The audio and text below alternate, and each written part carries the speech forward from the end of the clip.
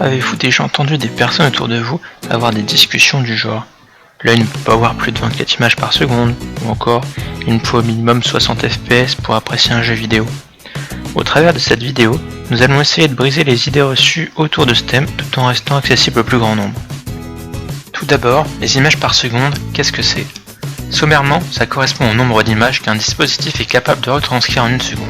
Plus il y a d'images pendant cette seconde, plus ça paraîtra rapide, fluide à l'œil. Vous devez sûrement vous demander comment ça se fait.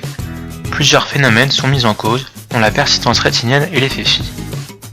La persistance rétinienne et l'effet Phi sont deux phénomènes qui permettent de comprendre comment la perception du mouvement fonctionne chez l'homme. La persistance rétinienne est un phénomène dû à la particularité du fonctionnement de l'œil lorsque l'on observe une succession d'images. Dans l'œil se trouvent des cellules qui gardent en mémoire une image pendant un très court laps de temps, environ 1/25 de seconde après son apparition. Grâce à ce phénomène, si on observe un très grand nombre d'images à la suite, 24 images par seconde suffisent, l'œil a constamment des images en mémoire et ne peut plus faire la distinction entre deux images.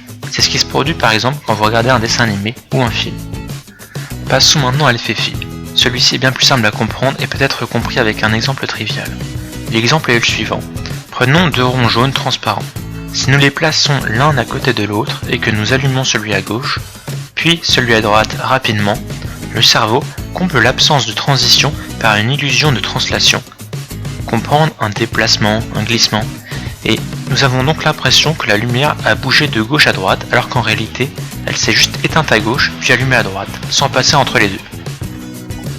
Maintenant que vous avez compris comment les images par seconde fonctionnaient, nous allons essayer de répondre à l'éternelle question: combien d'images par seconde l'œil humain peut-il discerner ? La réponse c'est que cela dépend. Et oui, l'œil humain n'a pas vraiment de limitation technique, et donc toutes les idées reçues du genre ça sert à rien de dépasser les 24 images par seconde sont fausses. Vous devez vous dire, pourtant au cinéma, les films paraissent fluides alors qu'ils tournent en 24 images par seconde. En réalité, lors de la production d'un film, un effet de flou est rajouté pour garder une impression de fluidité entre chaque image.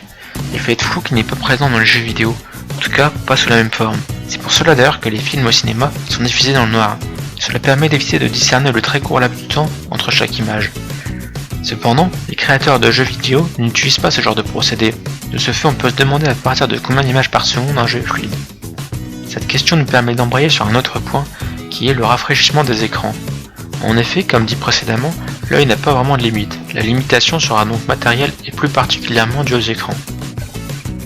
Lorsque vous avez acheté votre écran d'ordinateur, vous avez peut-être remarqué dans les caractéristiques techniques une ligne taux de rafraîchissement ou fréquence d'affichage. Le taux de rafraîchissement sur les écrans représente le nombre maximal d'images par seconde que celui-ci peut afficher.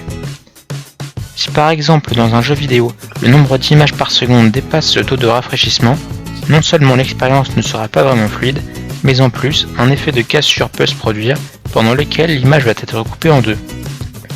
Ce phénomène se produit lorsque votre écran essaie d'afficher plusieurs images en une seule, ce qui donnera le résultat suivant. C'est pour cette raison que la plupart des jeux vidéo aujourd'hui proposent des options de synchronisation verticale. Option qui va synchroniser le nombre d'images par seconde dans votre jeu avec le taux de rafraîchissement de votre écran. La majorité des écrans possèdent un taux de rafraîchissement de 60 Hz, ce qui explique le fait que la plupart des joueurs essayent toujours d'atteindre les 60 fps lorsqu'ils jouent pour obtenir une expérience optimale. Il existe cependant des écrans supportant des taux bien supérieurs, pouvant aller jusqu'à 244 Hz. Ceci étant dit, le nombre d'images par seconde qui vous permettra d'avoir l'expérience la plus optimale sera donc celui qui correspond au taux de rafraîchissement. Pour conclure, on peut retenir que contrairement aux idées reçues, l'œil ne voit pas en images par seconde et le phénomène qui se produit dans notre cerveau lors de la perception de ces images est beaucoup plus complexe qu'une simple limitation à l'unité de mesure que sont les images par seconde.